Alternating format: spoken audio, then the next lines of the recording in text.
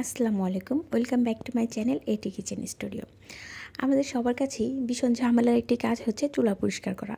হয়তো অনেক দিন ধরে চুলা পরিষ্কার করা হয় না, ময়লা জমতে জমতে একদম ময়লার স্তূপ জমে যায়। যেমন আমার বাসার এই চুলাটা দেখেন, চুলার উপরে যে রিংটা খুবই ময়লা হয়ে গেছে।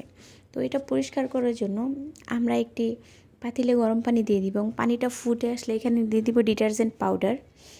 আমি এখানে সার্ফ এক্সেল ডিটারজেন্ট পাউডারটা ইউজ করেছি এবং দিয়ে দিব লেবুর রস। লেবুটা চিপে আমি লেবুর রস দিয়ে দিয়েছি। এখন ময়লাযুক্ত চুলার রিংটা সেই পানিতে দিয়ে দিব। আমার কড়াইটা ছোট হওয়াতে পুরোপুরি চুলার রিংটা ডুবছিল না, এজন্য আমি পানিটা একটা বড় বোলের মধ্যে নিয়ে নিয়েছি যাতে রিংটা পুরোপুরি ডুবে থাকে।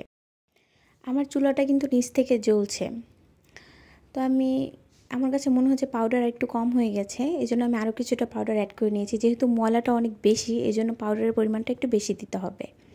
তো এটাকে আমি কিছুক্ষণ পর একটু ঘুরিয়ে ঘুরিয়ে ভালো করে পানির মধ্যে ভিজিয়ে রাখবো এবং নিচ থেকে চুলোটা কিন্তু জ্বলছিল।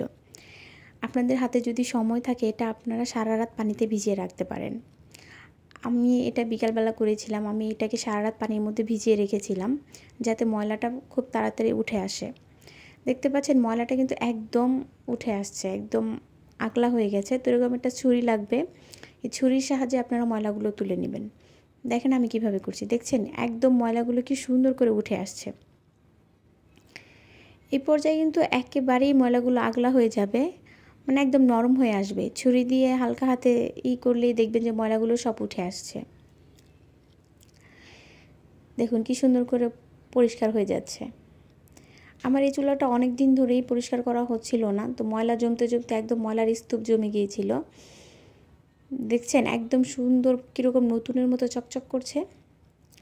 এটা পরিষ্কার করতে কিন্তু খুব বেশি কিছু লাগে না, জাস্ট ডিটারজেন্ট পাউডার আর একটু লেবুর রস, এটা দিয়েই কিন্তু আপনারা চুলাটাকে সুন্দর পরিষ্কার করে নিচ্ছেন।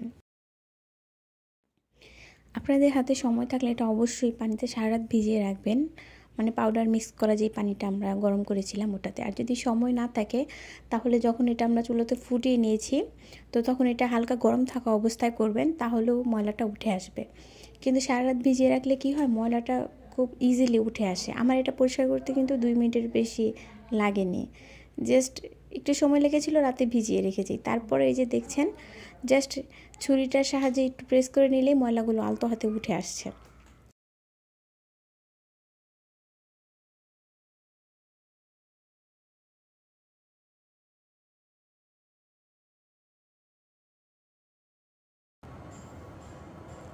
এই যে দেখতে পাচ্ছেন কি সুন্দর একদম পরিষ্কার হয়ে গেছে, সব ময়লা কিন্তু উঠে গেছে।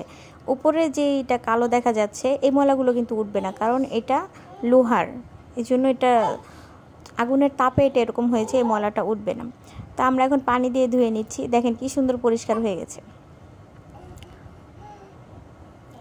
আপনাদের কাছে আমার একটা রিকোয়েস্ট, যদি আমার ভিডিওটা ভালো লাগে প্লিজ একটা লাইক দিয়ে দিবেন, আমার চ্যানেলটা সাবস্ক্রাইব করে রাখবেন। আমার পরবর্তী ভিডিওগুলো নোটিফিকেশন পাওয়ার জন্য বেল আইকনটা অন করে রাখবেন। তো আজকের মতো এই পর্যন্তই, আল্লাহ হাফেজ।